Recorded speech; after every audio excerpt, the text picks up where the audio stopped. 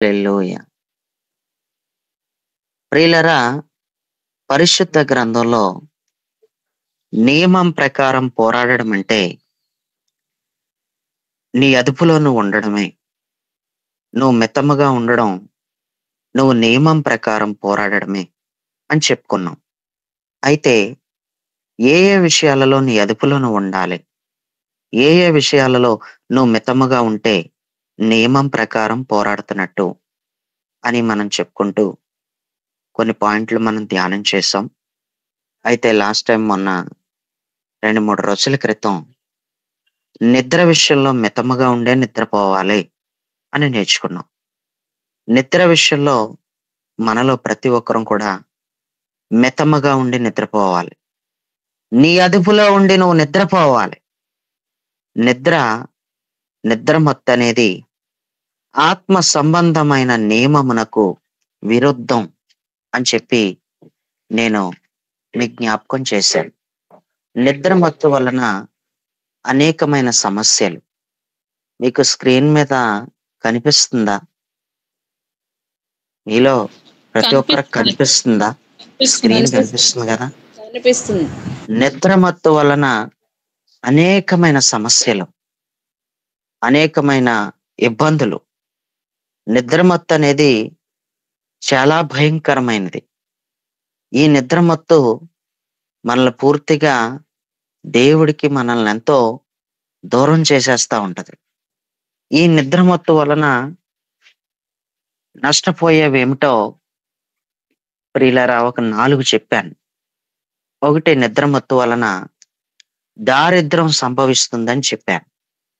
దారిద్ర్యం వచ్చేస్తుంది అని చెప్పాను. కొంతమందికి మొన్నటి దినాన చెప్పినటువంటి ఈ వర్తమానంలో నీ దరిద్రం పోవాలంటే నీవు పెందలకాడ ప్రార్థనకు రా అని చెప్పాను. నేను దరిద్రంతోనే ఉందామనుకుంటున్నాను, నాకు దరిద్రమే కావాలి, నేను దరిద్రాన్నే పోగేసుకుంటాను, నేను దరిద్రమునే మూటగట్టుకుంటాను, నాకు ప్రార్థనలతో పని లేదు, నిద్ర మానుకొని నేను రాలేను అనుకున్నట్టయితే మీరు 2:30కే రానవసరం లేదు, ఇంకా 3 గంటలకే రావక్కర్లొద్దు అని పెందలకాడ ప్రార్థన నిమిత్తం నేను చెప్పాను. అంత కష్టపడుతూ రావక్కర్లొద్దు. నేను దరిద్రంతో ఉండకూడదు, నిద్రమొత్తే కారణం అన్నమాట నా దరిద్రానికని నువ్వు ఎరిగితే నువ్వు పెందలకాడ ప్రార్థనకు రా, లేకపోతే నీవు రావక్కర్దు అని చెప్పాను. ఎవరిని ఇబ్బంది పెట్టలేదు కదా. నీకు ఇష్టమైతే దరిద్రాన్ని పోగొట్టుకుందామంటే పెందలకాడ ప్రార్థనకు రా అని చెప్పాను. ఎందుకంటే నిద్రమొత్తే నేను పాడు చేస్తుంది, నిద్రమొత్తే నువ్వు దరిద్రాన్ని అనుభవించేలా చేస్తుంది. ఈ మాట నేను ఇలా చెప్తే కొంతమందికి ఎలా అర్థమైందంటే, పెందలకాడ ప్రార్థనకి 3 గంటలకే నువ్వు రాని దానివైతే ఇక పగలు గూగుల్ మీట్ లో కూడా రాకు అని నేను అన్నానంట. నేను అలా చెప్పానంట. ప్రియులరా, మాట అర్థం అవ్వట్లేదు. నువ్వు పగలు గూగుల్ మీట్ లో కూడా 3 గంటలకి నువ్వు రావద్దు కోవైట్ గూగుల్ మీట్ లో కానీ నేను అనలేదు అసలు. కానీ కొంతమందికి అనాలోచనగా వినడం వలన ఏమవుతున్నారంటే అపార్థం అయిపోతుంది, వాక్యం సరిగ్గా అర్థం చేసుకోవట్లేదు. ప్రియులరా, ఏది ఏమైనా నేను దరిద్రంతోనే ఉంటాను. దరిద్రం అనేది ప్రియులరా ఆయుధదారుడు వచ్చినట్లు వచ్చేస్తుంది. ఆయుధదారుడు వచ్చినట్లు దరిద్రం వచ్చేస్తుంది గట్ట. ఆ దరిద్రమే నాకు కావాలనుకున్నప్పుడు రాకు నువ్వు పెందలకాడ ప్రార్థనకి, నిద్ర మానుకుని అని నేను అన్నాను. నేను అలాగే అన్నానండి? ఎవరైనా చెప్పండి అమ్మా. నేను అలాగే అన్నానా, ఇంకా వేరేలాగా ఏమైనా అన్నానా? కొంతమందికి ఇంకొకలాగా అర్థమవుతా ఉంది. నేను చూడండి, పోస్టర్ చూస్తున్నారు కదా మీరు. నిద్ర మత్తు వలన అనేకమైన సమస్యలు అంటూ పార్ట్ 1 యూట్యూబ్ లో పెట్టాను. నేను ఇది యూట్యూబ్ లో అప్లోడ్ చేశాను. మీరు సరిగ్గా వినబడకపోతే ఇయర్ ఫోన్స్ అన్న పెట్టుకొని చక్కగా మీరు విని చూడండి. మాట సరిగ్గా మీరు అర్థం చేసుకోండి. అయ్యారండి, వాక్యం అంతా రాత్రి విన్నానండి, పెట్టారు అలాగే చెప్పారండి అయ్యారండి. రాత్రి నేను నైట్ పడుకునేటప్పుడు విన్నానండి ఆ వాక్యం. రావద్దని చెప్పానా? లేదయ్య గారు రావద్దన్నా. లేదయ్యారండి, రావద్దని లేదండి. Praise the Lord. అయ్యారండి, అయితే రావద్దు. ప్రియులరా, 1కి 2 సార్లన్నా వినండి. విని రికార్డ్ అయ్యే ఉంది కాబట్టి నేను ఇలా పలకపోయి అలా పలికానా, పోనీ ఏదైనా ఉంటే చెప్పండి, తప్పులేదు. కానీ నేనైతే అలా పలకలేదని నేను అనుకుంటున్నాను. దేవుడికి పలకలేదు అయ్య స్తోత్రం. గారు ఆ మాట. హల్లెలూయా. ప్రియులరా, నిద్రమత్తు వలన అనేకమైన సమస్యలు, నిజంగా ఒక సమస్య కాదు, 2 సమస్యలు కాదు.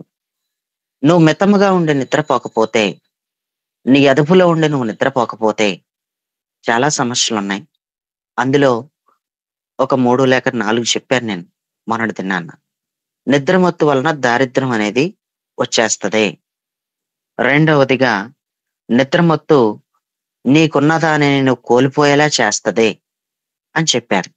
మూడవదిగా, నిద్రమత్తు నీ ప్రయాణానికి అడ్డుకుంటది. నీ ప్రయాణానికి అది పెద్ద అడ్డది. నువ్వు ఆత్మ సంబంధమైన ప్రయాణం చేయకుండా అది నిన్ను ఆపేస్తది అంటూ అది 3వ కారణంగా చెప్పాను. 4వది ఏం చెప్పానంటే, నిద్రమత్తు వలన మనం పడిపోతాం. నిద్రమత్తు వలన మనం ఏమైపోతామంటే పడిపోతాం. మనం 4వ పాయింట్ చెప్పుకున్నప్పుడు అపోస్తల కార్యాల గ్రంథం 20వ అధ్యాయం 9వ వచనంలో మాట చదువుకున్నాం. అప్పుడు ఐతూకు అను ఒక మనుష్యుడు లేక యవనస్తుడు కిటికీలో కూర్చుండండి గాఢ నిద్రలోకి వెళ్ళిపోయాడండి. గాఢ నిద్రలోకి వెళ్ళిపోయి పౌలు చాలాసేపు ప్రసంగించుచుంటుండగా నిద్రాభారం వలన జోగి 3వ అంతస్తు నుండి కింద పడిపోయి ఎత్తబడ్డాడు అని మనకి ఇక్కడ స్పష్టంగా అర్థమవుతుంది.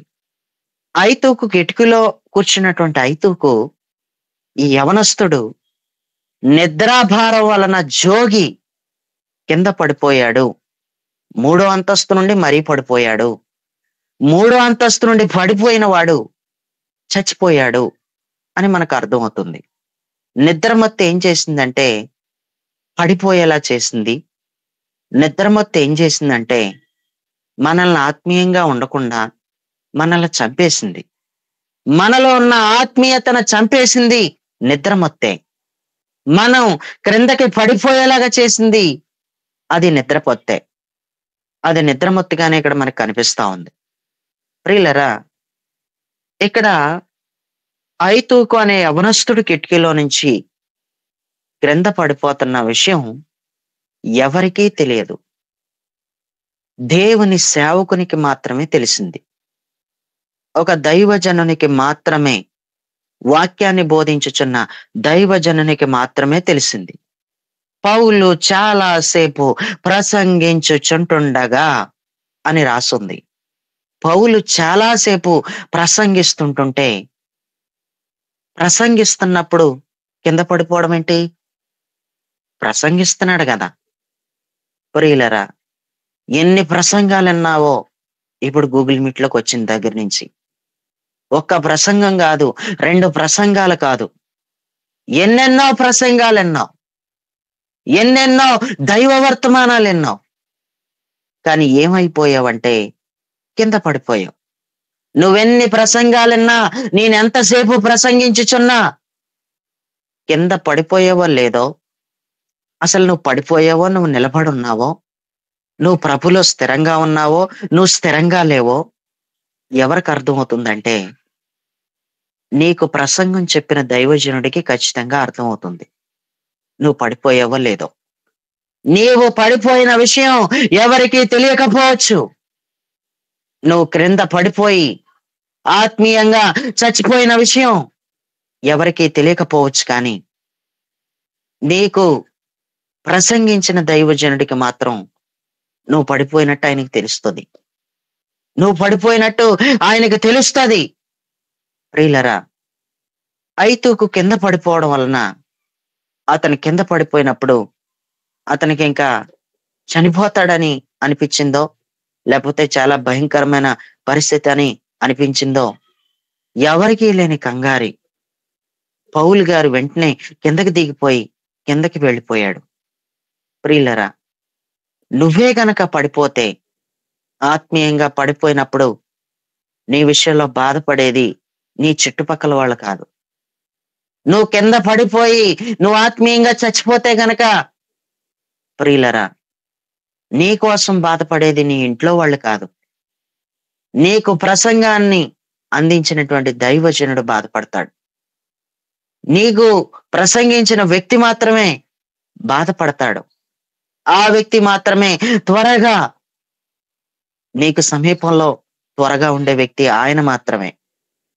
నీవు చనిపోయిన తర్వాత నేను బ్రతికించడానికే నువ్వు ఆత్మీయంగా పడిపోయావు, తిరిగి మరలా కట్టబడాలి, తిరిగి మరలా లేపబడాలని నీ కొరకు ప్రార్థన చేసేది నీ పక్కనున్న సహోదరులు కాదు. నీ నిమిత్తం ప్రార్థన చేసే దైవజనుడు, నీకు ప్రసంగించే దైవజనుడికి మాత్రమే నువ్వు పడిపోయినట్టు తెలిసింది కాబట్టి ఆయన మాత్రమే నీ కోసం ప్రార్థన చేయగలడు. దేవుడికి స్తోత్రం. నిద్రాభారం, ఆత్మల సంబంధ నశించిపోతున్న ఆత్మల భారం తప్పితే, ఆత్మ సంబంధమైన భారం తప్పితే మరి ఏ భారం ఉన్నా పడిపోతాం. మనలో ఎవరికి ప్రియులరా శరీర సంబంధమైన భారాలు ఉండకూడదు. చాలా మందికి అప్పుల భారం ఉంటుంది. చాలా మందికి ఏ భారం ఉంటుందంటే అప్పుల భారం. వాళ్ళని వీళ్ళని పోషించే భారం ఎక్కువైపోయింది. ఇంకా రకరకాల భారాలు ఉన్నాయి. ప్రియులరా, ఆత్మ సంబంధమైన భారం తప్పితే, నశించిపోతున్న ఆత్మలకు సంబంధించిన భారం తప్పితే మరి ఏ భారం ఉన్నా సరే నువ్వేమైపోతావంటే నువ్వు ఖచ్చితంగా కింద పడిపోతావు. నువ్వు ఖచ్చితంగా ఆత్మీయంగా చచ్చిపోతావు. నీలో ఏ భారం ఉండకూడదు. నీలో ఆత్మల భారం తప్పితే మరి ఏ భారం ఉండకూడదు. నిద్రా భారం. కొంతమందికి ఏ భారం అంటే నిద్రాభారం. ఈ నిద్రాభారం వలన ఎంత భయంకరమైన నష్టం జరిగిందో ప్రియుల వాక్యంలో మనం చూస్తున్నాం. ఇంత స్పష్టంగా మనం చదువుతున్నాం. గాఢ నిద్రలోకి వెళ్ళిపోయాడు.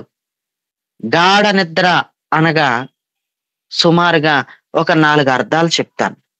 గాఢ నిద్ర అంటే ఏంటి, గాఢ నిద్ర అంటే ఏమిటో 4 అర్థాలు చెప్తాను.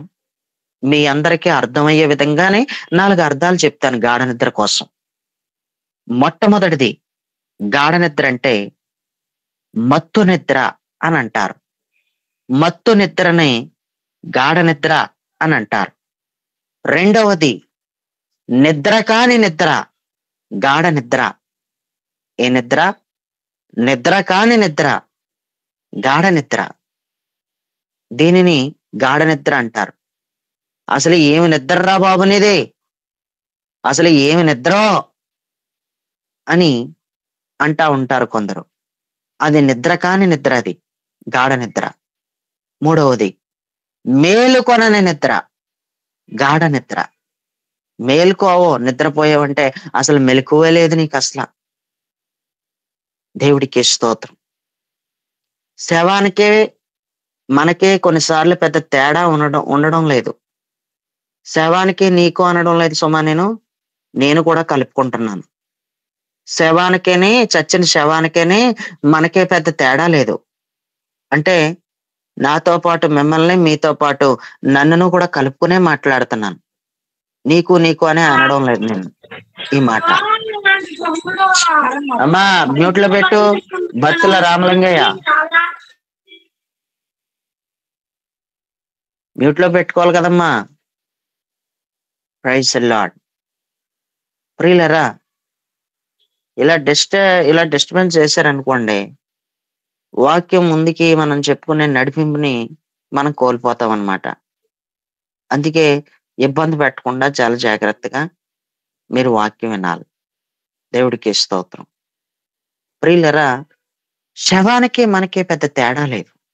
చచ్చిపోయిన శవానికి మనకి పెద్ద తేడా లేదు. మంచం ఎక్కిందంటే చాలు చచ్చిన శవం అయిపోద్ది అంటారు పెద్దవాళ్ళు.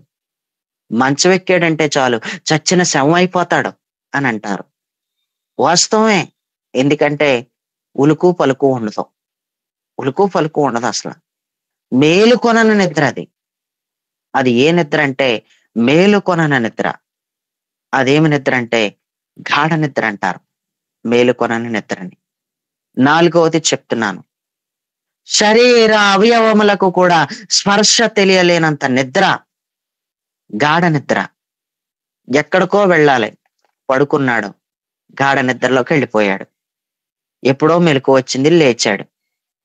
టైం అయిపోయింది, నేను బయటికి వెళ్దామని చెప్పాను కదా, నన్ను లేపాలి కదా, నన్ను లేపొచ్చు కదా అని తన భార్యను గానో తల్లిని గాని అంటాడు. ఎన్నిసార్లు నన్ను లేపాలే, అదే లేపావు గాని తట్టొచ్చు కదా దగ్గరకు వచ్చి అని అంటాడు. ఎన్నిసార్లు అని తట్టాలి, అసలు నీకేమైనా తెలిసిందేంటి, అసలు నీకేమైనా తెలిసిందా నేను ఎన్నిసార్లు కొట్టు లేపానో అని అంటది. నిజమే, లేపింది, అది వాస్తవం. స్పర్శ కూడా తెలియడం లేదు. నిద్రలోకి వెళ్ళిపోయిన దానివి, నిద్రలోకి వెళ్ళిపోయిన వాడివి, నీ ఇంట్లో వాళ్ళు నిన్ను లేపుతుంటే కనీసం నీకు స్పర్శ కూడా లేదు. నీకు అసలు స్పర్శ లేదు అంటే నీదే నిద్ర అంటే గాఢ నిద్ర. ఈ గాఢ నిద్రకి 4 అర్థాలు మీకు బయట ఎక్కడా దొరకవు, మీకు బయట ఎక్కడా చెప్పరు అసలు గాఢ నిద్ర అంటే ఏంటో. కాబట్టి ఇన్ని విషయాలను నేర్చుకోవడానికి దేవుడు నీకు కృపనిచ్చాడు, నీకు ఒక అవకాశం ఇచ్చాడు. కానీ నువ్వు దానిని ఏం చేస్తున్నావు అంటే పోగొట్టుకుంటున్నావు. వాక్యం వినటానికి నిర్లక్ష్యం చేస్తున్నావు.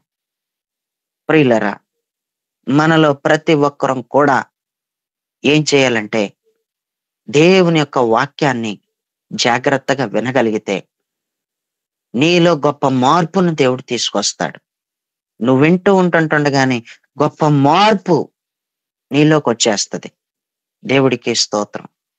గాఢ నిద్రను దేవుడే దయచేశాడు. అందరూ జాగ్రత్తగా వినండి. గాఢ నిద్రను దేవుడే దయచేశాడు.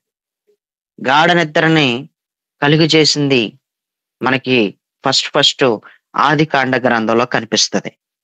గాఢ నిద్ర వలన మానవుని పట్ల ఆయన సంకల్పం నెరవేర్చబడింది. గాఢ నిద్ర దేవుని సంకల్పానికి సంబంధించింది అయితే అదే గాఢ నిద్ర దేవుడు సంకల్పంలోంచి తొలగిస్తుంది. గాఢ నిద్ర వలన అందరి పట్ల దేవుడి సంకల్పం ఆరంభమైంది. దేవుడికి స్తోత్రం. కానీ అదే గాఢ నిద్ర వలన దేవుని సంకల్పంలోంచి బయటకు వచ్చేస్తున్నాం. అదే గాఢ నిద్ర వలన దేవుని సంకల్పంలో స్థిరపడలేకపోతున్నాం. ప్రియులరా, ఆదికాండం 2వ అధ్యాయం 21వ వచనాన్ని దయచేసి ఎవరైనా చదివేసి మ్యూట్లోకి వెళ్ళిపోండి. ఆదికాండం. అప్పుడు దేవుడైన యెహోవా ఆదామునకు గాఢ నిద్ర కలుగజేసి అతడు నిద్రించినప్పుడు అతని ప్రక్కటెముకలలో ఒక దానిని తీసి ఆ చోటును మాంసంతో పూడ్చివేసింది. ఆ చోటుని మాంసంతో పూడ్చేసాడంట. దేవుడికి స్తోత్రం. దేవుడైన యెహోవా ఆదాముకి గాఢ నిద్ర కలుగు చేశాడు. గాఢ నిద్ర కలుగు చేశాడు అంటే మత్తిచ్చాడు అని చెప్పుకోవచ్చు. మత్తిచ్చాడు. ప్రియులరా, గాఢ నిద్రని మత్తు నిద్ర అని కూడా అంటారని 4 పాయింట్లో ఒక పాయింట్ వచ్చింది. గాఢ నిద్ర అంటే 4 అర్థాలు చెప్తానంటూ నేను 4 మొట్టమొదటిది అదే చెప్పాను. మత్తు నిద్ర. అది దేవుడే మత్తు నిద్రని కలుగు చేశాడంట. దేవుడు కలుగు చేశాడు మత్తు నిద్రని. ప్రియులరా, దేవుడు చేసింది దెయ్యం కూడా చేస్తా ఉంటది. కొన్ని దేవుడు చేసినవి అన్ని చేయకపోయినా కొన్ని అక్కడక్కడ దెయ్యం కూడా చేస్తా ఉంటది. దేవుడే నిద్రమత్తుని కలిగి చేయడం కాదు, దేవుడే గాఢ నిద్రను కలిగి చేయడం కాదు, దెయ్యం కూడా గాఢ నిద్రలోకి తీసుకెళ్తది నిన్ను. దెయ్యం కూడా నిద్రమత్తులో పెడతది నిన్ను. దేవుడు ద్వారా వచ్చినటువంటి గాఢ నిద్ర, దేవుని ద్వారా ఆదాము జీవితంలో దేవుడు ఎప్పుడైతే గాఢ నిద్రని ప్రవేశపెట్టాడో ఆదాముకి, దేవుని సంకల్పం మానవుని పట్ల ఆరంభమైంది గాఢ నిద్రతో. అని మనకు అర్థమవుతుంది. ప్రక్కటెముకని తీసేశాడు. ప్రక్కటెముకని లాగేయాలంటే, ప్రక్కటెముకని లాక్కొని తీసుకెళ్ళిపోవాలంటే గాఢ నిద్ర కలిగి చేయాలి. గాఢ నిద్ర కలిగి చేయకపోతే, గాఢ నిద్రే గనక కలిగి చేయకుండా పక్కటెముకల్ని లాగేద్దామని వచ్చాను ఆదామా, పక్కటెముకని లాగేస్తాను ఇప్పుడు, అలా ప్రక్కకు పడుకో, ఏం కాదులే పక్కటెముకలు లాగేస్తాను అని అన్నాడు అనుకోండి. పక్కటెముకలు లాగుతావా? అదేంటి పక్కటెముకలు లాగడం ఏంటి? అయ్యి బాబోయ్ పక్కటెముకలు లాగేస్తావా అని అంటే, ఏం కాదులే నువ్వు జస్ట్ పడుకో చెప్తాను, నువ్వు మామూలుగా పడుకో అని అంటే పడుకుని ఉంటాడు. ఒకవేళ ప్రియులరా, మామూలుగా చెప్తున్నాను, ఉదాహరణకి మామూలుగా పడుకున్నాడే అనుకోండి, మొత్తం మీద మత్తు నిద్ర పెట్టకుండా, గాఢ నిద్ర కలిగి చేయకుండా పక్కటెముకని లాగేసే ప్రయత్నాలు చేస్తున్నాడు అనుకోండి. చేతులు అతని పక్కటెముక సైడు పక్కలో ఎప్పుడైతే ఆయన చేతులు వేసాడో, మొత్తం మీద కొంచెం గట్టిగా చేతులేసి చర్మాన్ని చింపేటప్పుడు, ఇదేంటి బాబోయ్ అలా చేసేస్తున్నావు, ఇదేంటి అలా చేస్తున్నావు అంటూ పడుకున్నవాడు లేచిపోతాడు కదండి. అలా పడుకుని ఉంటాడా?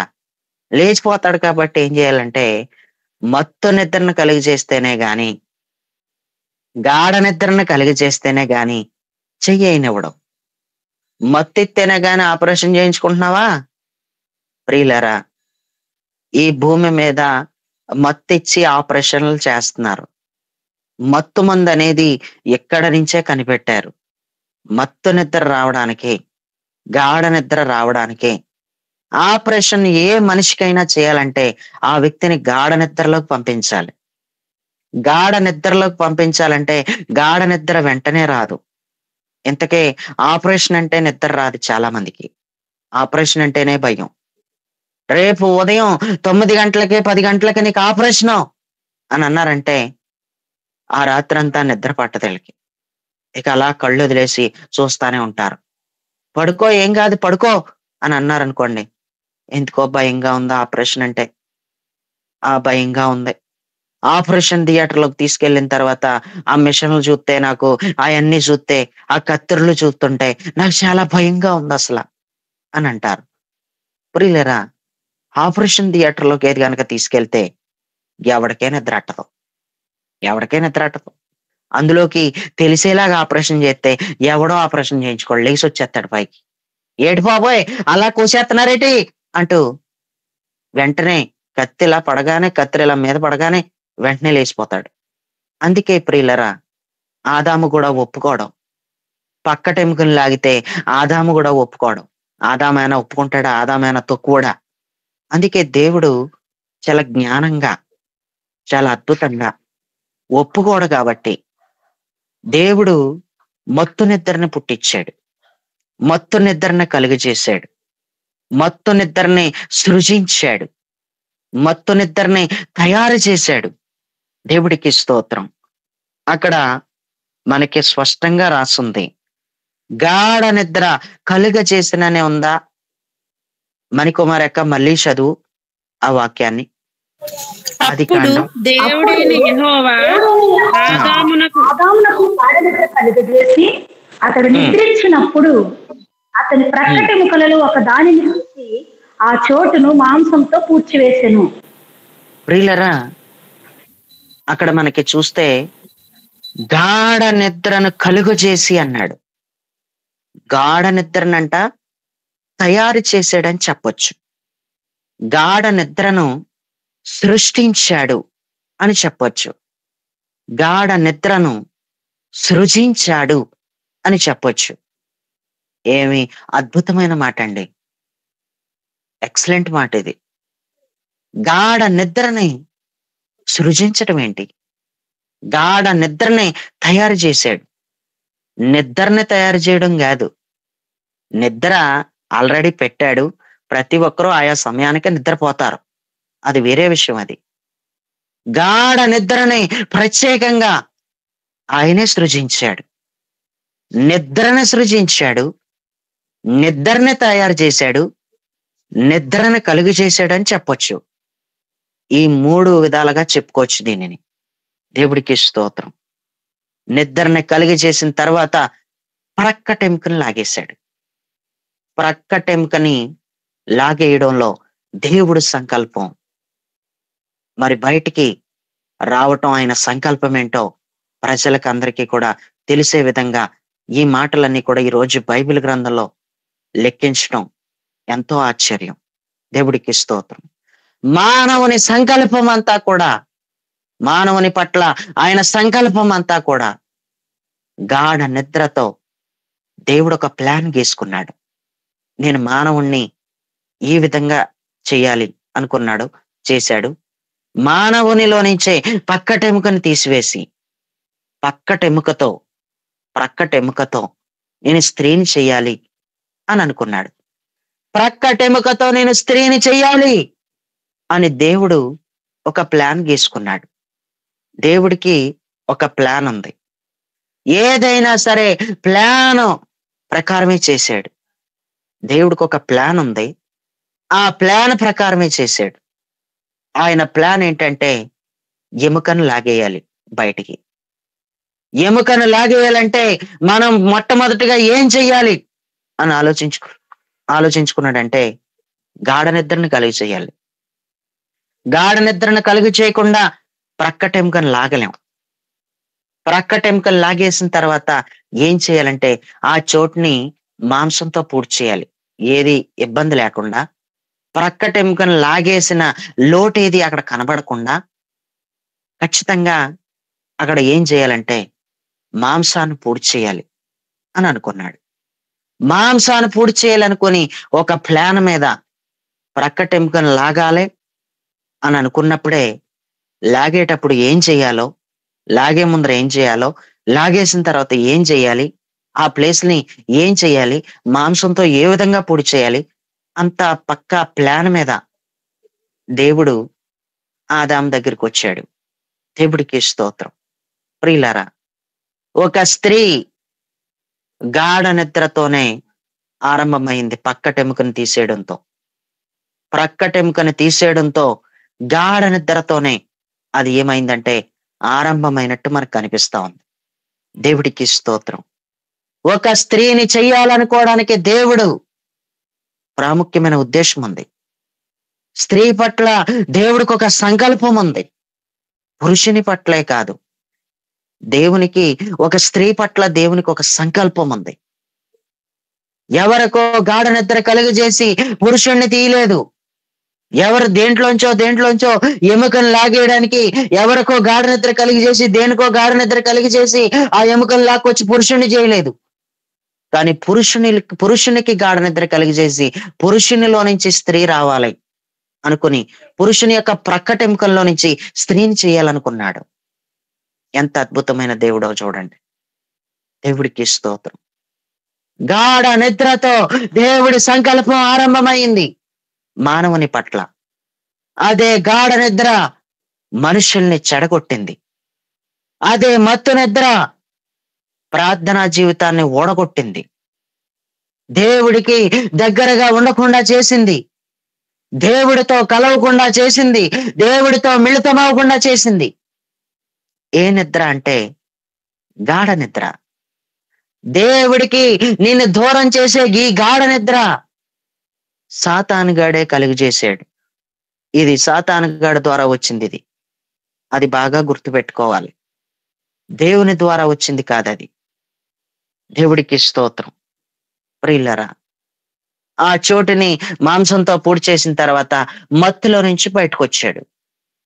మరి గాఢ నిద్రలోంచి మళ్ళీ బయటకు రప్పించాలి కదా. గాఢ నిద్రలోనే ఉంచితే కుదరదు కదా. ఆపరేషన్ చేసేటప్పుడు గట్టిగా 5 గంటలు ఉంటది, లేకపోతే గట్టిగా పెద్ద ఆపరేషన్ అయితే 5 గంటల మత్తు ఉంటది, 6 గంటల మత్తు ఉంటది. బాగా పెద్ద ఆపరేషన్ అయితే ఎక్కువసేపు మత్తు ఉండేలా చేస్తారు. మత్తు ఇంజెక్షన్ అంత గట్టిగా చేస్తారు. అంతేకాకుండా ఆపరేషన్ చేయటానికి ఎంత టైం అని ఉంటది. ఆపరేషన్ చేసే విషయంలో టైం గనక బాగా ఎక్కువ అవుతుంది అనుకోండి, మరలా మత్తు ఇంజెక్షన్ ఇస్తారు. దేవుడికి స్తోత్రం. ప్రియులరా, ఆదాము మత్తు నిద్రలోంచి బయటకు వచ్చిన తర్వాత ఏంటి ఇక్కడ కొంచెం ఏదో తేడాగా ఉందేంటి నాకు అని అనిపించింది. ఎంతైనా కొద్దిగా తేడాగా అనిపిస్తుంది కదా. తేడాగా అనిపించకుండా ఉండదు కదండి. ఎంత మత్తులో నీకు ఎంత మత్తు ఇచ్చి ఆపరేషన్ చేసినా మత్తు తగ్గాక కుట్ల బాధలు తెలుస్తున్నాయి కదా. కుట్ల బాధలు తెలియకుండా ఎవరికీ లేదు కదండి. కోత బాధ ఏటో తెలుస్తుంది కదా. తర్వాత అయినా కోత బాధ ఏటో తెలుస్తుందా? ఖచ్చితంగా తెలుస్తుంది. అలాగే దేవుడు నాకు ఆపరేషన్ చేశాడు అని అనుకున్నాడు. ఆపరేషన్ చేసి పక్కటెముకలు లాగేశాడు అని అనుకున్నాడు. అందుకే ఆదాము నా ఎముకలలో ఎముక అంటూ నాలో నుంచి తీయబడిన దానా అంటూ ఒక పాట కూడా పాడాడు. దేవుడికి స్తోత్రం. ఆదాముకు అర్థమైంది కాబట్టే ఆ పాట పాడాడు. ఆదాముకు అర్థమైంది కాబట్టే నా ఎముకలలో ఎముక అని అన్నాడు. ఆదాముకు అర్థం అవ్వకుండా ఆ మాట అన్నాడు కదా. ఆదాముకు అర్థమైంది. ఆదాముకి ఏమర్థమైందంటే స్త్రీని చేసి తీసుకురాగానే ఇగో నువ్వు నాలో నుంచి తీయబడిన దాను, నువ్వు నాకు తెలుసు, నా ఎముకు నువ్వు, నా ఎముక అని చెప్పడానికి నాకు ఆపరేషన్ చేశాడు, నాకు నిద్రమత్తునిచ్చాడు, నిద్రమత్తును కలిగజేశాడు. అప్పుడు నువ్వేం చేసావంటే నాలో నుంచి బయటకు వచ్చావు అన్నాడు. దేవుడికి స్తోత్రం. ప్రియులారా, ఈ మాటలో మీకు ఎందుకు చెప్తున్నానంటే గాఢ నిద్ర దేవుడి సంకల్పంలోంచి నిన్ను తొలగించేస్తుంది. నిద్రాభారం వద్దు, మత్తు నిద్ర వద్దు, గాఢ నిద్ర వద్దు. ఈ గాఢ నిద్ర, ఈ మత్తు నిద్ర, ఈ నిద్ర కాని నిద్ర నిన్ను దైవ ప్రణాళికలో ఉండకుండా చేస్తుంది. దైవ చిత్తంలో నిన్ను కొనసాగకుండా చేస్తుంది. అందుకే నిద్ర విషయంలో మితముగా నిద్రపోవాలి. గాఢ నిద్రలోకి వెళ్ళిపోకూడదు. గాఢ నిద్ర వలన చాలా నష్టాలున్నాయి. దేవుడికి స్తోత్రం. ఆదికాండం 15వ అధ్యాయం 12వ వచనం. ఆదికాండం 15:12 చదవండి. ప్రొద్దుగుంక పోయినప్పుడు అబ్రామునకు గాఢ నిద్ర పట్టెను. భయంకరమైన కటిక చీకటి అతన్ని కమ్మగా ఆయన చదువుకున్నటువంటి వాక్య భాగంలో ప్రొద్దుగ్రొంక పోయినప్పుడు అబ్రామునకు గాఢ నిద్ర పట్టెను, భయంకరమైన కటిక చీకటి అతన్ని కమ్మెను అన్నాడు. గాఢ నిద్ర వలన కటిక చీకటి కమ్మేస్తుంది. దురాత్మ సంబంధమైన చీకటి ఏలుబడి చేసేస్తుంది. గాఢ నిద్ర మంచిది కాదు. ఇజ్రాయేలీలు ప్రియులరా, అబ్రాము సంతతి వారు తమది కాని పరదేశమందు నివసించి ఆ దేశపు వారికి అనగా ఐగుప్తీయులకి 400 ఏండ్లు బానిసలుగా ఉండటానికి కారణం అబ్రాము గాఢ నిద్ర. కేవలం అబ్రాము చేసినటువంటి తప్పు వలన ఇజ్రాయేలీలు 400 ఏండ్లు పరదేశులుగా ఉన్నారు, పరాయి దేశస్తులుగా ఉన్నారు. ఐగుప్తీయులకి దాసులుగా బ్రతకవలసి వచ్చింది. ఐగుప్తీయుల కింద దాసులుగా బానిసలుగా బ్రతకడానికి కారణం అబ్రాము చేసిన పనే.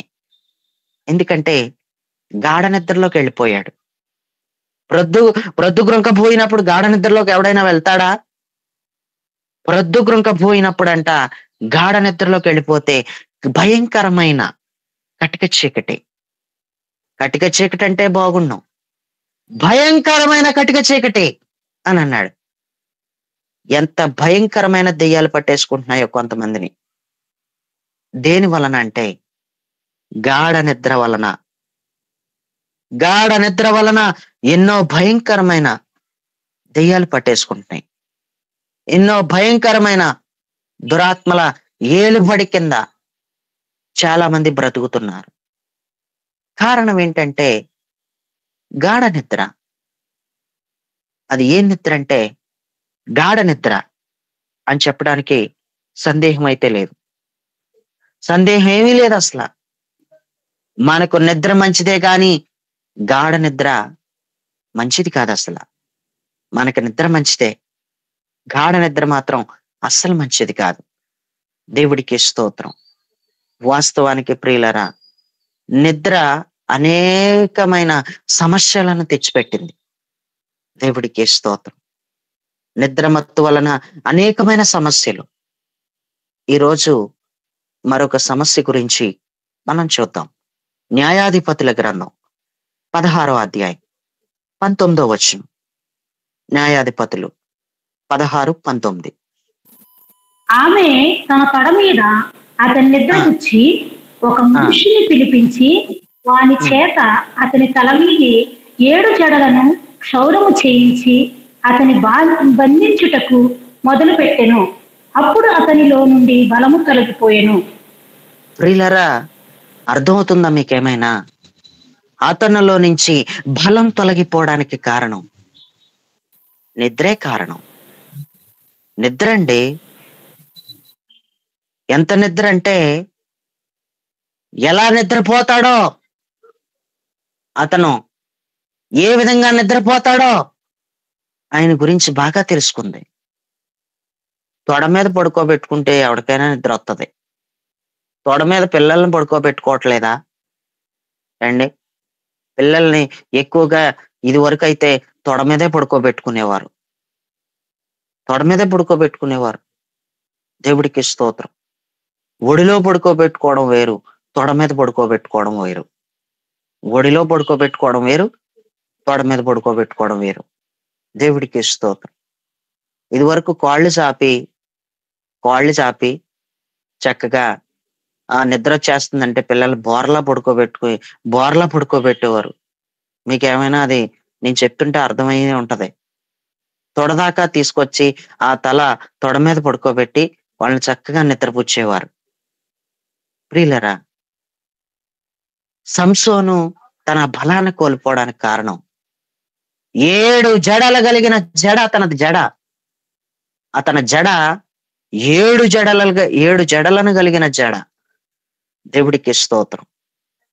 ఇప్పుడు లేడీస్ ఎవరైనా జడ పొడవుగా పెంచుకుంటే చాలు, కొంతమంది లేడీస్కి అసూయ. ఎందుకంటే వీళ్ళదేమో కొత్తిమీర గట్లాగా ఉంటది. వీళ్ళది ఎలాగుంటది అంటే కొత్తిమీర గట్లాగా ఉంటది. వాళ్ళదేమో పొట్లకాయలాగా పొడవుగా ఉంటది. దేవుడికి స్తోత్రం. పొట్లకాయలాగా పొడవుగా ఉన్న వాళ్ళ జుట్టును చూసి కొత్తిమీర కట్ట అంత జుట్టు ఉన్న వాళ్ళు అసూయ పడిపోయే వాళ్ళు లేకపోలేదు. దేవుడికి స్తోత్రం. అసూయ పడిపోతారు. లేకపోతే పొట్లకాయ అంత పొడవుగా ఉన్న జుట్టును చూసి కొంతమంది ఆశ్చర్యంగా చూస్తారు. చాలా కిందకుంది, చాలా పొడవుంది జుట్టు అని.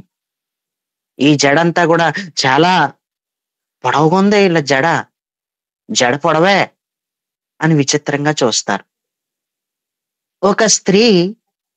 మరొక స్త్రీ జడను చూసే, ఆమె పొడవుగా పెంచుకున్న జడను చూసి, పొడవుగున్న ఆమె జడను చూసి అంతా ఆశ్చర్యపోతే 7 జడలు కలిగిన జడ. ఎంత జడ అంత? 7 జడలు కలిగిన జడ కలిగినోడు బలం జడలోనే ఉంది. దేవుడికి స్తోత్రం. అతని వెంట్రుకలలోనే ఉంది, అతని తలలోనే ఉంది అతని బలం. కానీ అతని బలం పోవడానికి కారణం నిద్ర మాత్రమే అతని బలం అతను కోల్పోవడానికి కారణమైంది. దేవుడికి స్తోత్రం.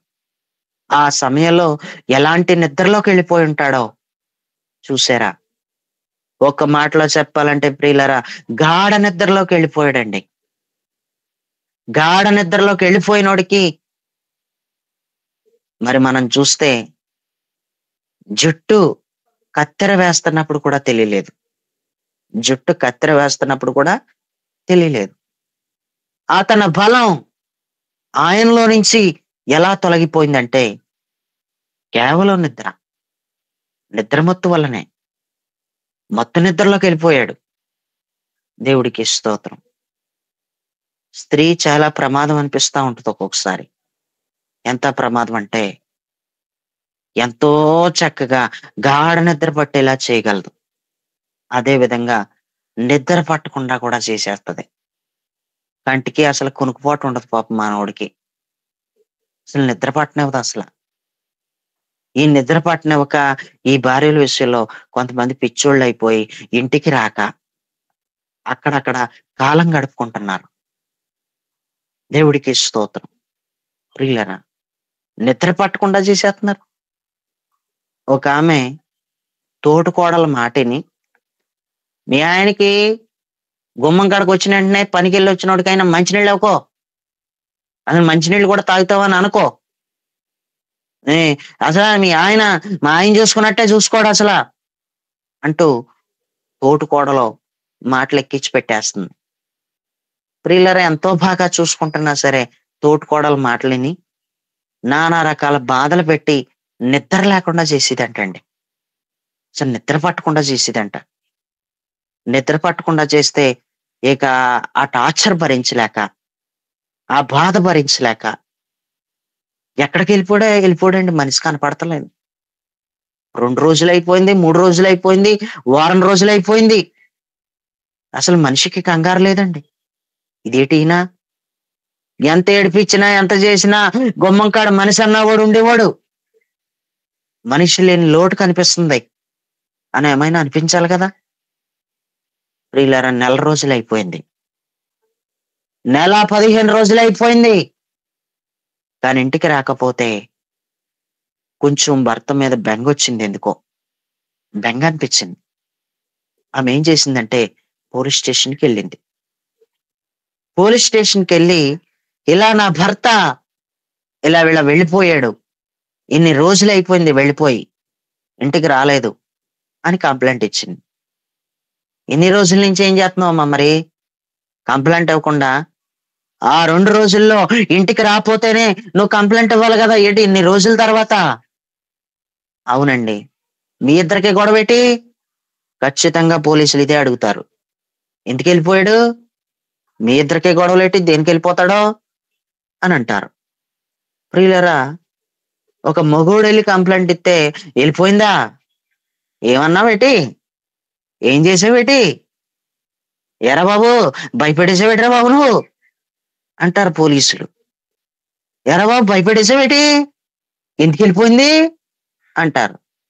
అదే ఆడదెళ్ళి మగోడు మీద కంప్లైంట్ ఇస్తే కొంతమంది పోలీసులు అడిగేది ఏంటంటే, మీ ఇద్దరికి గొడవలేటి, ఏమైంది, ఆ నువ్వేం చేసావు అని అడుగుతారు. కంప్లైంట్ తీసుకుంటారు కానీ వాళ్ళు చెప్తున్నాను నేను. దేవుడికి స్తోత్రం. ఏమైంది ఏంటని అడిగారు. నెల రోజులు పైన అయిపోతుంది అంటున్నావు, అప్పటి నుంచి ఏం చేస్తున్నావు అని అడిగితే మీ ఇద్దరికే గొడవ ఏంటి అని అడుగుతారు కదా, ఖచ్చితంగా అడిగారు. అయ్యా, మా ఆయన చాలా మంచోడు, కాలు కింద పెట్టకుండా చూసుకుంటాడు, నా టార్చర్ వల్ల వెళ్ళిపోయాడు, నేనే బాధ పెట్టేశాను. మరి ఎందుకు బాధ పెట్టావు?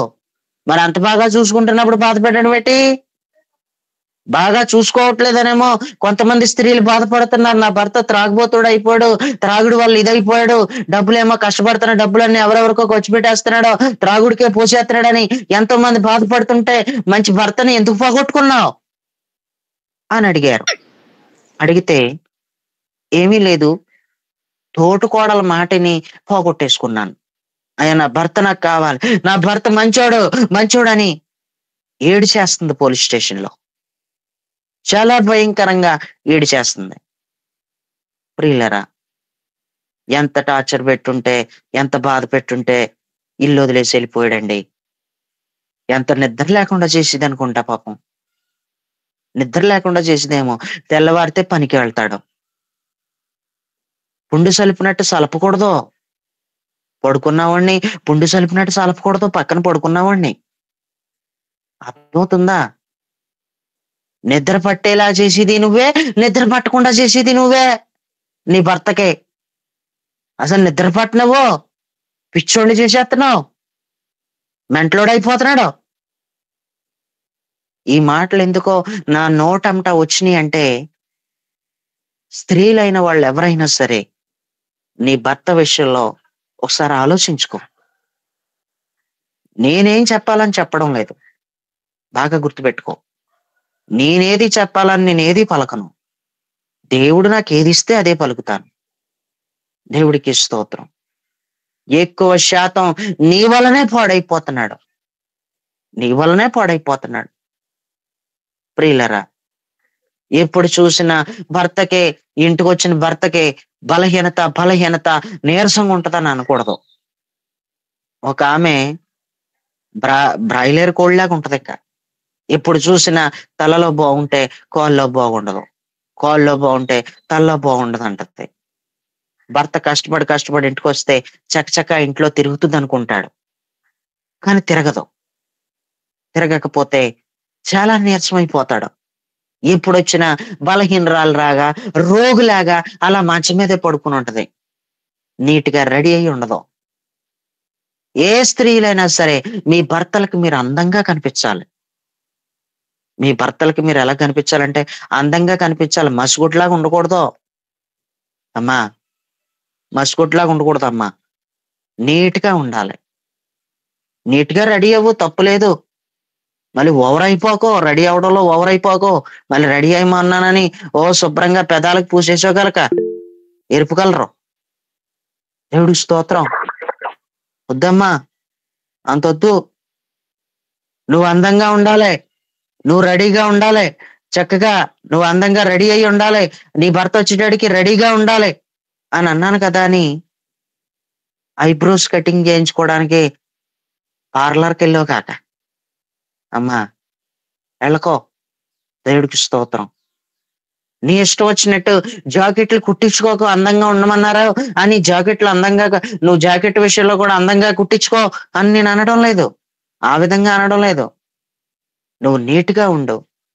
జాకెట్ల విషయంలో అలాగుండి ఎలాగుండా నేను చెప్పట్లేదు. నీ వస్త్రధారణ కరెక్ట్ గా ఎంతో చక్కగా నువ్వు కట్టుకుంటాం కూడా, నీ వస్త్రధారణని కట్టుకుంటూ రావాలి చక్కగానే. దేవుడికి స్తోత్రం. భర్త దగ్గర జిడ్డు మొహం వేసుకుని ఉండకూడదు. భర్త వచ్చినప్పుడు జిడ్డు మొహం వేసుకుని ఉండకూడదు, మాడిపోని ముఖంతో ఉండకూడదు. నీట్గా ఉండాలి. దేవుడికి స్తోత్రం. పగలు అదే నైటీ, రాత్రి అదే నైటీ. నైటీ అంటేనే నైట్లు వేసుకునేది, కానీ పగలు కూడా వేసేస్తున్నావు నువ్వు. నైటీ అంటే ఏంటి? నైట్ వేసుకునేది. నైట్ వేసుకునేది కూడా పగలు వేసేసుకుంటున్నావు. ఈ మాటలు మీకు ఎందుకు చెప్తున్నానంటే, నిద్ర పట్టనివ్వట్లేదు, అసలు నిద్ర ఉండట్లేదు. ప్రియులరా, భర్త ఇంటికి వస్తే మంచం మీద ఉంటుంది, నీట్గా రెడీ అవ్వదో, ఎప్పుడు చూసినా ఒంట్లో బాగోదంటది. ఎంత భయంకరమైన పరిస్థితిలోకి వెళ్ళిపోడు తెలుసు. ఆయన అక్రమ సంబంధం పెట్టేసుకున్నాడు. ఏ సంబంధం పెట్టేసుకున్నాడు? అక్రమ సంబంధం పెట్టేసుకున్నాడు. ఆయనకి సుఖం లేదు జీవితానికి, ఆమె సంతోషంగా ఉండదు. పక్కదారి పట్టేశాడు. ఒంట్లో బాగోపోతే ఏం చేస్తుందండి? ఒంట్లో బాగోపోతే ఏం చేస్తుందని అంటారేమో. ఎప్పుడు చూసినా అదే గొడవ. ఓ రోజు పోగోదు, 2 రోజులు పోగోదు, గట్టిగా చూసుకో 4 రోజులు పోగోదు, ఇక అస్తమాను బాగోలేదంటుంది. అదేం చెప్పు, డాక్టర్లు కూడా దొరకడతలేదు. అదేం చెప్పు మరి, డాక్టర్లు కూడా దొరకడతలేదు ఆ రోగం. ఇంకేం చేస్తాడండి? పక్కదారి పట్టేశాడు. నేను ఎలా అంటున్నానని బాధపడొద్దు, కానీ కొంతమంది వ్యక్తుల కోసం చెప్తున్నాను. నీ వల్లనే పాడైపోడేమో నీ భర్త. నీ వల్లే పాడైపోడేమో. ఈ వాక్యంలోంచి దేవుడు నాతో మాట్లాడుతున్నాడని నీకేమైనా అనిపిస్తుందా? నీ వల్లనే పాడైపోడేమో, నీ వల్లనే తాగుబోతుడు అయిపోడేమో, నీ వల్లనే ఇంకొక ఆమెతో ఉంటున్నాడేమో. నువ్వు ఆయనకి ఏం తక్కువ చేసావో, నువ్వు ఆయనకి ఏం లోటు చేసావో ఏమో. పక్కదారి పట్టేశాడు, నా భర్త మారట్లేదు అని అంటున్నావు కదా. ఒక సైడ్ వింటున్నావు, కరెక్టే. పోన్లే, నువ్వు ఎంతో బాధపడిపోతున్నావు. ఎందుకు బాధపడుతున్నావు? పోనీ నీ బాధే చెప్తున్నావు, ఆయన బాధ కూడా వినాలి కదా. ఎందుకు సైడ్ అయిపోడమ్మా? ఎందుకు పాడైపోడు? దేవుడికి స్తోత్రం. నా భర్త అక్రమ సంబంధం పెట్టేసుకున్నాడు అని అంటున్నావు. అక్రమ సంబంధం పెట్టుకునే విధానాల్లో నేను 2 విధాలుగా కూడా చెప్తాను, ఒకే విధంగా చెప్పను. ఎవరిని బాధ పెట్టేలాగా అసలు మాట్లాడను. అన్నీ బాగుంటున్నా సరే, అన్నీ కరెక్ట్ గా ఉంటున్నా సరే, ఇంకొకరితో అక్రమ సంబంధం స్త్రీ పెట్టుకుంటది, పురుషుడు కూడా పెట్టుకుంటున్నాడు. భర్త బాగుంటాడు, ఈమె ఈమె భార్య కూడా ఈయనకి బాగుంటది. కానీ ఇదేదో చెడు బుద్ధిది అనుకోవాలి. అదొకటి. రెండవది, అక్రమ సంబంధం ఎందుకు పెట్టుకుంటున్నాడు? అక్రమ సంబంధం ఎందుకు పెట్టుకుంటుంది? ఇంకా అక్రమ సంబంధం ఎందుకు పెట్టుకుంటారంటే, అన్ని బాగున్నా కూడా అక్రమ సంబంధం పెట్టుకుంటారు. కారణం, ఇక భర్త ముఖం మొత్తేసాడు, ఇక భార్య ముఖం మొత్తేసింది కాబట్టి అక్రమ సంబంధం పెట్టుకుంటున్నారు. అన్ని బాగుండట్లేదా అంటే బాగుంటున్నాయి. అక్రమ సంబంధం పెట్టుకునే వ్యక్తి దగ్గరికి వెళ్ళి ఆ వ్యక్తి నిన్ను చేర్చుకున్నట్లు ఆ వ్యక్తికి నానా రకాల అబద్ధాలు, భార్య మీద అయితే భార్య మీద, భర్త మీద అయితే భర్త మీద, భర్త అయితే భార్య మీద, భార్య అయితే భర్త మీద. ఇదిగో నా భర్త ఇలా చూసుకోవడం, ఇదిగో నా భార్యతో నాతో ఇలా ఉండదు, సంతోషంగా ఉండదు అని భర్త. భార్య అయితే తినటానికి ఏం తీసుకురాడు, ఏం తీసుకురాకుండానే ఉన్నావు ఇంట్లో, ఏం తీసుకురాకుండానే బతుకుతున్నావా ఇంట్లో? ఏం తేడా అండి అసలు? ఏం తేడా? అన్ని తెస్తున్నా సరే, కొంతమంది గురించి చెప్తున్నాను, ఒక్కొక్కరు అన్ని తెస్తున్నా సరే ఏమీ తేవట్లేదు, నన్ను సరిగ్గా చూసుకోవట్లేదు. ఇంకొకరి చేతుల్లోకి వెళ్ళిపోయి జారిపోయే వ్యక్తులు చాలా మంది కనిపిస్తున్నారు. దేవుడికి స్తోత్రం. భర్తకి ఏం కావాలో చూసుకో. కొడుపుకి వండి పెట్టేత్తమే కాదు, ఇంకా అతని గొడవ ఏంటో ఆలోచించు. భార్యకి ఒంటి మీదకి ఎన్ని చీరలు కావాలితే అన్ని చీరలు కొనేయడం, ఎక్కడ కావాలితే అక్కడ తిప్పేయడం కాదు, కారులో కూడా తీసుకుని వెళ్ళి తిప్పేయడం కాదు. అసలు ఆమెకి ఏం కావాలో ఆలోచించి ఆమె ఏం కోరుకుంటుంది. దేవుడికి స్తోత్రం. నిద్ర పట్టకుండా చేసుకుంటున్నారు, ఒకరికొకరు నిద్ర పట్టట్లేదు. ఎంతో చక్కగా నిద్ర పట్టేది, చక్కగా పడుకునేవారు వీళ్ళు. వీళ్ళకు రాను రాను వీళ్ళకి భర్తకి చెప్పుడు కొట్టు మాటలు ఎక్కువైపోని, భార్యకి చెప్పుడు కొట్టు మాటలు ఎక్కువైపోని, నిద్ర పట్టట్లేదు, ఇంకా నిద్ర పట్టకుండా చేసేసుకుంటున్నారు. ఇంకా సాధింపులు, భయంకరమైన సాధింపులు. కడుపు వచ్చినా సాధింపులే, కాలు వచ్చినా సాధింపులే. కడుపు కాలు వచ్చినా సాధింపులేనండి. ఆడబడుచులు ఏం తెచ్చారంటున్నారు? నీకేమన్నా స్వీట్ తెచ్చారా? నువ్వు ప్రెగ్నెన్సీ కదా, ఇప్పుడు నువ్వు గర్భవతివి కదా, నీ ఆడపడుచులు ఏం తెచ్చారని అడుగుతున్నారు అందరూను.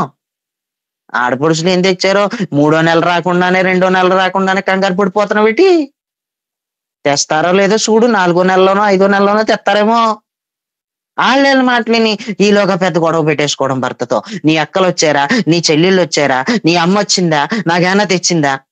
ఏం నిద్ర పట్టనివ్వా ఇంకా ఇలాంటి మాటలతో? తవ్వి నిద్ర పట్టనివ్వో. దేవుడికి స్తోత్రం.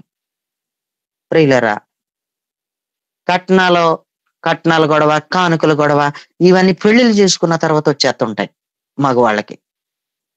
నువ్వేం తెచ్చావేటని, నువ్వేం తెచ్చావు? అసలు కట్నమే తీసుకోకూడదు, అది ఎంత పెద్ద తప్పో. కట్నం తీసుకోకుండానే పెళ్లి చేసుకోవాలి. నిలబెట్టి అడిగి తీసుకుంటున్నారు కట్నాల కానుకలు నిలబెట్టి తీసుకుంటున్నారు. అసలు కట్నాలు అస్సలు అడగకూడదు, నువ్వే ఇంకా ఎదురు కట్నం ఇవ్వాలి, ఇంత డిపాజిట్ చేయాలి. దేవుడికి స్తోత్రం. ప్రియులరా, నీకే ఎదురు కట్నం ఇచ్చి నీ అకౌంట్ లోకి అంత వేసి ఇది చేస్తే నువ్వు కూడా అది ఉంచుకోవాలి. నువ్వు ఎగిరెగిరి పడకూడదు. అందుకే నువ్వేమీ తేకపోయినా నువ్వు మీద పడిపోతుంటే పెద్దవాళ్ళు ఏమంటున్నారంటే, ఒరే బాబు ఆనాడే వద్దని చెప్పండి, నేనని. ఇది వద్దని చెప్పామేమో, వద్దంటుండగా చేసుకున్నావు. నీ మొహానికే కట్నం లేదు, కానుక లేదు. నీకు మంచి ఇల్లు ఉంది, మంచి వాకులు ఉంది నీకు. ఒరే బాబు ఆనాడే వద్దని చెప్పాం దీన్ని.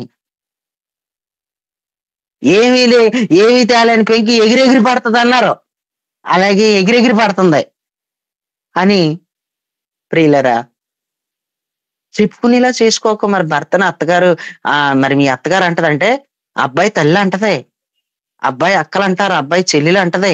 ఎందుకంటే నువ్వు చేసే పని అలాగుంది. అదే పొల్లని దేవుడి ముఖం చూసి కట్నం లేకుండా నిన్ను చేసుకున్నాడు. ఏమీ తేలేని దానివి నువ్వు, ఏమీ తేలేనిది. నేను ఎంతో మంచి మనసు ఉంటే చేసుకున్నారని అనుకోవాలి నువ్వు. ఎగిరెగిరి పడి ఈ, మరి ఇదైపోకూడదు. నువ్వు ఎగిరెగిరి తన్నేస్తున్నావు, నువ్వు చాలా గట్టిగా ఉంటున్నావు. నువ్వు తగ్గమ్మా, కాస్త తగ్గు. ఏ మాటకి ఆ మాటే చెప్పుకోవాలి. నువ్వేమి తెస్తే నేను చేసుకోలేదు, ఏమి తేకపోయినా నేను చేసుకున్నాడమ్మా. జీవితకాలం పెంచాలరా, నీ మొహానికి వద్దని చెప్పాం, జీవితకాలం పెంచాలి. ప్రియులరా, చిన్నదానికి పెద్దదానికి గొడవలు పెట్టేసుకుని విడిపోయేదాకా వెళ్ళిపోయి డిమాండ్ చేయడం, మళ్ళీ 20 లక్షలు కావాలి, నాకు 30 లక్షలు కావాలి, నాకు నీతో కాపురం ఇష్టం లేదు. నువ్వేం తెచ్చావనమ్మా? నువ్వేం తేలేదు కదా. అప్పుడు నీకు ఇష్టం లేకపోతే గొడవ ఎందుకు? ఆయన్ని ఎందుకు బాధ పెడతావు? వదిలేసి లాయించే, నీ దారిలో నువ్వు వెళ్ళిపో అంటాను నేనైతే. ఇదేంటి బాబు ఇలా మాట్లాడుతున్నారు ఈయన అనుకుంటున్నారేమో. మనం కొంచెం కొంతమందిని భార్య భర్తలు కలిపే ప్రయత్నమే చేస్తాను. సెటిల్మెంట్ విషయంలో కూడా రెండే రెండు మాటలు మాట్లాడతాను. ఎవరో అలా చెయ్యరు అనమాట, చాలా సులువుగా చేసి పడేస్తాను. కలపడమా ఎడగొట్టడమా, రెండు. అది కూడా ఏంటి, ఎడగొట్టడం కూడా చేస్తాడీని అనుకోకండి, ఎడగొట్టడం కూడా చేస్తాడీని అనుకోకండి అమ్మా. వాళ్ళు ఇడిపోతానంటేనే ఎందుకు, ఎన్నాళ్ళు గుద్దులాడుకుని చేస్తారు, ఎన్నాళ్ళు గుద్దులాడుకుని చేస్తారు లోపల. ఇష్టం లేదు, ఎన్నాళ్ళని కలుపుతాం. దేవుడికి స్తోత్రం. ఎవరైనా గడప యువతల పెద్దలు కానీ గడప లోపల పెద్దలు కాదు కదా. ఎవరైనా కలిసి బతకండి బాబు అనే చెప్తారు, చక్కగా కలిసి బతకండి రా బాబు అని చెప్తారు. దేవుడికి స్తోత్రం. ప్రియులరా, ఇదేంటి ఇలా మాట్లాడుతున్నాడని అనుకోకండి. కొంచెం భార్య భర్తల్ని కౌన్సిలింగ్ ఇచ్చి కొంచెం ఆ పని కూడా చేస్తా ఉంటాం. ఈ మధ్య నేను దూరంలో ఉంటారు, నాకు బాగా దూరంలో. దేవుడికి స్తోత్రం. వాళ్ళ పిల్లలు కూడా పెద్దవాళ్లే, మరి తల్లి దగ్గర ఉంటది ఆవిడ ఎవరి దగ్గర ఉంటదంటే తల్లి దగ్గరే ఉంటది. వీళ్ళకి చాలా గ్యాప్ వచ్చింది. రీసెంట్ గా మొన్న 2 రోజుల క్రితం మాట్లాడాను నేను. 2 రోజుల క్రితం మాట్లాడి అక్కడ ఆవిడతోనూ మాట్లాడాను, ఈయనతో మాట్లాడాను. ఏంటంటే 2 సమస్యలు విన్నాను. విని అమ్మా ఇప్పుడు ఏమంటావు, ఇవన్నీ వదిలేసాయి అని 2 వైపులా చెప్పేలాగా చెప్పి ఫోన్లోనే భార్య భర్తలు కలిపేశాం. దేవుడికి స్తోత్రం. ఎన్ని గంటలకు రమ్మంటావు, అనయ్య నేను వెళ్ళను, అక్కడికి నేను వెళ్ళను, మళ్ళీ వాళ్ళ గొడవ మామలే అన్నాడు. ఏ గొడవ జరగదో నేను మాట్లాడతాను. మరి నేనెందుకున్నాను గొడవ జరిగేలాగైతే? నేనెందుకున్నాను? అమ్మా గుమ్మం దగ్గరికి వస్తాడు, ఆయన ఏం తాగనంటున్నాడో తిన్నంటున్నాడో, గుమ్మం దగ్గరికి వస్తాడు. అండి బొత్తిగా ఈదిలో ఉండి పిలుస్తాడండి. అయ్యా నువ్వు వీధిలో ఉండి పిలవకో, లోపలికి వెళ్ళు, పనులు తాగొద్దులే, తినొద్దులే, ఏం తినొద్దు. అమ్మా నువ్వు మీ అమ్మ మీ నాన్న అతని మీదకి రావద్దు, నువ్వు కంట్రోల్ చేయి. ఇలా పలానా పాస్టర్ గారు మాట్లాడాడు, ఇలా కలిపాడు, ఈ విధంగా ఆయన వస్తున్నాడు ఇంటికి అని ముందుగానే చెప్పుంచు. మీ నాన్న అమ్మ అతని జోలికి రావద్దు, ఆయన బైక్ వేసుకొస్తాడు, నువ్వు ఎక్కరా అంతే, నేను సపరేట్ గా వండుకుంటానండి అంది. అత్తగారిని ఒక తల్లిలా చూసుకుంటానంటే చూసుకో, దానిదేముంది. ఆవిడకి చెప్పేలాగా ఆవిడకి చెప్తాను, అమ్మ కోడలు కాదు కూతురులాగే చూసుకో అని నేను అది కూడా చెప్తాను అంటూ చాలా సులువుగా అటు ఇటు మాట్లాడి నేను సుమారుగా ఒక 2 గంటలు ఫోన్ మాట్లాడాను. 2 గంటలు మాట్లాడి కలిపేశాం. కలపడం, అలా కలవాలనుకుంటే అభిప్రాయం కనుక్కుంటాను, కలిపేస్తాను. వాళ్ళు కలవాలని లేకపోతే మరి ఏంటి పరిస్థితి అంటే ఇక ఎవరు కూడా వాళ్ళు చూసుకోండి అని దాని విషయంలో కూడా నేను ఏదో ఒకటి చేసి పడేస్తాను. దేవుడికి స్తోత్రం. ఈ మాటలు మీకు ఎందుకు చెప్తానంటే రకరకాల తల పండిపోయింది నాకు. ఈ భార్య భర్తల గొడవలు అంటేనే తల పండిపోయింది. అయ్య బాబు ఈయన కూడా ఏదో పడే ఉంటాడు అనిపిస్తుందేమో, చాలానే, మళ్ళీ మామూలుగా కాదు, ఈ చాలా ఉన్నాయి ఈయనకి అనుభవాలు అని అనుకుంటారో ఏమనుకుంటారో. చాలా నా తల వెంట్రుకలు ఎన్ని ఉన్నాయో అన్ని ఉన్నాయి, అన్ని తెలుసు నాకు. దేవుడికి స్తోత్రం. ఎవరిని ఒకే వైపు మాట్లాడేని నేను అస్సలు మాట్లాడలేను. ఎందుకంటే ఆడదాని తీరు వేటో, ఎందుకు వెళ్ళిపోతుందో అమ్మగారింటికి, ఎందుకు ఎందుకు వస్తానంటుందో, అసలు ఆవిడ ఉద్దేశాలు ఏంటో నాకు తెలుసు. ఈవిడ కొట్టేసింది అన్నంత మాత్రాన మనోడిని నేను తప్పు పట్టేసుకుని ఏమైనా కొడతామేటని నేను అనేను. ఈవిడ నన్ను పట్టించుకోదో అని అన్నాడంటే ఆయన మాట అన్నాను. నేను బాగా వివేచిస్తాను, వీళ్ళిద్దరిని పక్కకు పిలిచి మాట్లాడతాను. ఆవిడని కూడా మళ్ళీ సపరేట్ గా పిలిచి మాట్లాడతాను, ఈయన పిలిచి సపరేట్ గా మాట్లాడతాను నేను. ప్రియులరా, నిద్ర పట్టకుండా చేసుకుంటున్నారు మీరు. ఎందుకని మీరు ఒకరికొకరు గొడవలు ఆడుకుని ఏం పట్టట్లేదంటే నిద్ర పడతలేదు మీకు. అసలు ఆలోచిస్తమే సరిపోతుంది మీకోసం, ఒకరికొకరు ఆలోచించుకుంటమే సరిపోతుంది. ఏంటి ఆలోచనలో? ఎలా విడిపోతామా, ఎలా విడగొట్టేసుకోవాలి, ఎలా పోవాలి. ఇది మ్యూట్ లో పెట్టుకోండి. మంగక్క మ్యూట్ లో పెట్టుకో. మరొక మంగక్క. Praise lord. ప్రియులరా, నిద్ర పుచ్చిందంట. తోడ మీద నిద్ర పుస్తే ఏమైపోయాడంటే మనిషి గాఢ నిద్రలో పోయాడంతే. బలం పోయింది, శక్తి పోయింది. నిద్ర మత్తు వలన అంత భయంకరమైన పరిస్థితి ఉంది. నీలో దేవుడి బలం పోయేది నిద్రే. నిద్ర వలన మాత్రమే దేవుని బలం పోతది. తొడ మీద పడుకోబెట్టుకుంది, 7 జడలు కలిగిన జడను కత్తెర వేయించేసింది, అంతే. బలం అవుట్, బలం పోయింది. నీ భర్తని నీ తొడ మీద పడుకోబెట్టుకుని జాగ్రత్తగా నిద్రపుచ్చి దారిలో పెట్టుకో, దారిలోకి వస్తాడు.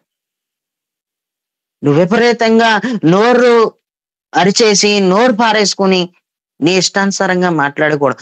భర్తను కూడా ఎలా త్రిప్పుకోవాలో నీకు తెలిసి ఉండాలి.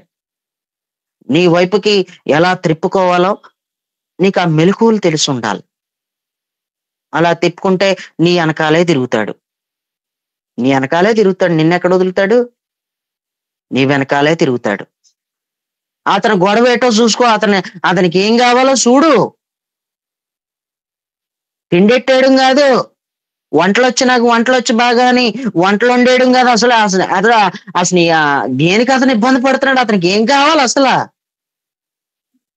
చూసుకో. ఎక్కడికి పోవడం అసలు. నువ్వింత యథార్థంగా ఖచ్చితంగా చూసుకుంటా ఉంటే వేరే స్త్రీ మీద కూడా మనసు లేకుండా దేవుడే చేసి పడేస్తాడు. నిజం చెప్తున్నాను నేను. వేరే స్త్రీ మీద మనసు లేకుండా చేసి పడేస్తాడు దేవుడు. దేవుడికి స్తోత్రం. పురుషులైనటువంటి వారు కూడా నేనేం చెప్తానంటే, నువ్వు తిండెట్టేయడం కాదు, రెస్టారెంట్లు అంటే రెస్టారెంట్లకు తిప్పేయడం కాదు, అక్కడికి ఇక్కడ తీసుకుని వెళ్ళిపోవడం కాదు, అద్దెకి కారు తీసుకొచ్చి కారులో అన్నా తిప్పేస్తున్నావు, అది కాదు. ఇంకా ఆవిడకి ఏం కావాలి అది చూసుకో. ఇక వేరే వాళ్ళని కన్నెత్తి చూడమన్నా చూడదు. చూడకుండా మనసు దేవుడే పెడతాడు, ఆవిడికి పెడతాడు దేవుడు. దేవుడికి స్తోత్రం. ఏదైనా భార్య భర్తల గొడవలు లాంటివి ఏవైనా ఎన్నో నెలల నుంచి సెట్ అవని ఏనుంటే మా గ్రూప్ లో ఉన్నందుకు నా సంబంధులు కాబట్టి, మీరు నా మనుషులు కాబట్టి, మీ కుటుంబాలు అలాంటివి ఏనుంటే నాకు చెప్పండి ఫోన్ చేసి, నేను మాట్లాడతాను. మీకు ఎప్పుడూ నేను సహకారినే, నేను ఎప్పుడూ మీకు ఉపకారనే.